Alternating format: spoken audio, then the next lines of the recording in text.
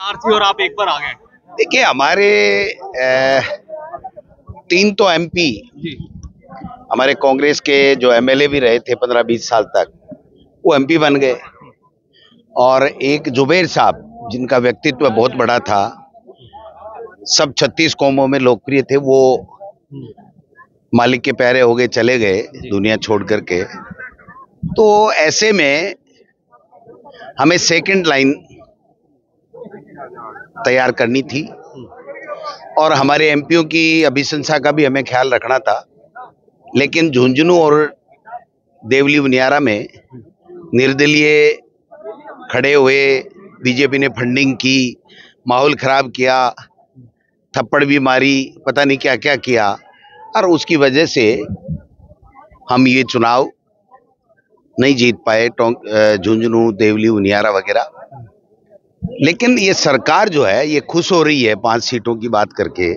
सरकार तो एक्चुअल में दौसा में चुनाव लड़ रही थी।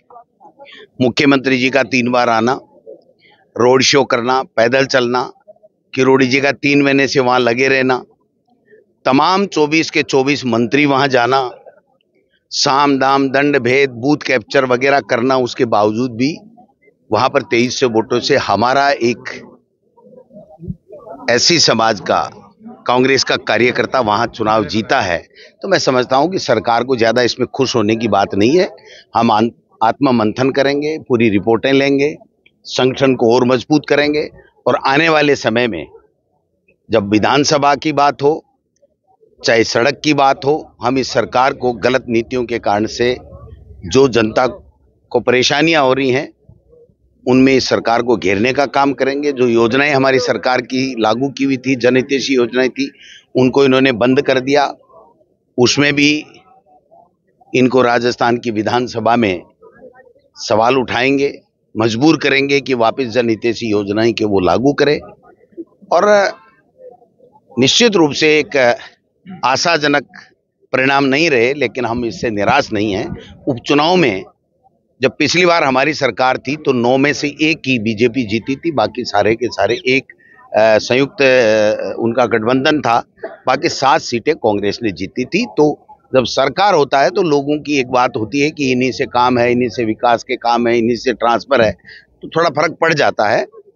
लेकिन हम लोग और ताकत के साथ में, संगठन की मजबूती के साथ में आगे बढ़ेंगे और आने वाले समय में कांग्रेस जीतेगी।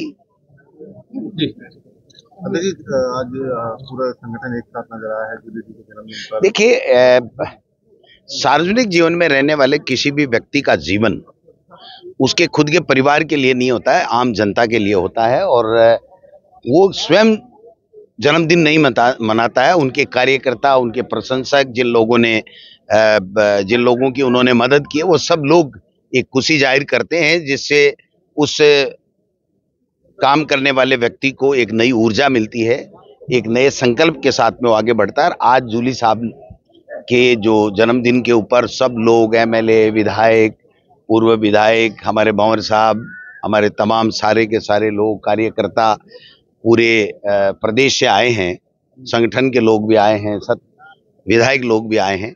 तो इनसे एक अच्छा माहौल भी बना है और एक नई ऊर्जा का संचार भी कार्यकर्ताओं और नेताओं में हुआ है।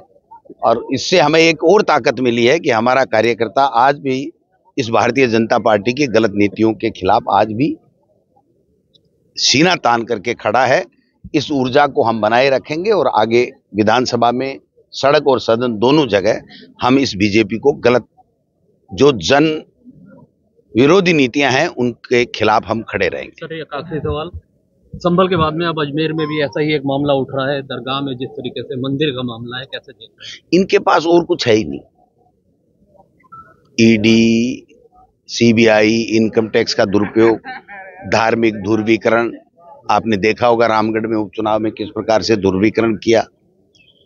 और मैं समझता हूं कि जब किसी के पास, आदमी के पास में कोई करने के लिए अच्छा काम नहीं हो, तो ये फालतू के विवाद खड़ा करके, चर्चा में रह करके लोगों को भ्रमित करने का काम करते हैं। ये राजस्थान की जनता भ्रमित नहीं होगी। जो देश का प्रधानमंत्री जहां चादर चढ़ाता हो और आज नहीं वर्षों से किसी भी दल का प्रधानमंत्री रहो, वहां भी ये विवाद खड़ा करके और अपनी नाकामियां छुपाना चाहते हैं। मैं समझता हूं कि जनता सब समझती है, इनको जवाब देगी। बस आखिरी सवाल, हरियाणा में जो चुनाव हुए थे तब अपेक्षा नहीं थी कि कांग्रेस हार रही है, उसी तरीके से महाराष्ट्र में भी ऐसे परिणाम आए, क्यों ऐसे समीकरण लास्ट मोमेंट पे बदल जाते हैं? धन बल, सत्ता का दुरुपयोग, ये सब तो सत्ता पक्ष करता ही करता है। धार्मिक ध्रुवीकरण, कटेंगे तो बटेंगे तो कटेंगे, पता नहीं क्या क्या बोलते हैं। और जिनका अडानी जी वाला मामला आप देख ही रहे हो कि जिनके पास अथाह संपत्ति हो, जो सुना है हमने कि हरियाणा में और महाराष्ट्र में हजारों हजारों करोड़ रुपए भारतीय जनता पार्टी ने बांट करके चुनाव को प्रभावित करने का काम किया है। तो ये सब चीजें लोकतंत्र में सही नहीं है। लोकतंत्र में सही मायने में जनता को ईमानदारी के साथ में फैसला करने देना चाहिए, जो मैं समझता हूं कि अब लोग सब समझ गए हैं। और आने वाला समय, जो लोग ईमानदारी के साथ में इस देश की सेवा की है, त्याग तपस्या बलिदान जिनका इतिहास रहा है, उन्हीं विचारधारा के साथ में लोग जुड़ेंगे और आगे चलेंगे। Thank you. Thank you.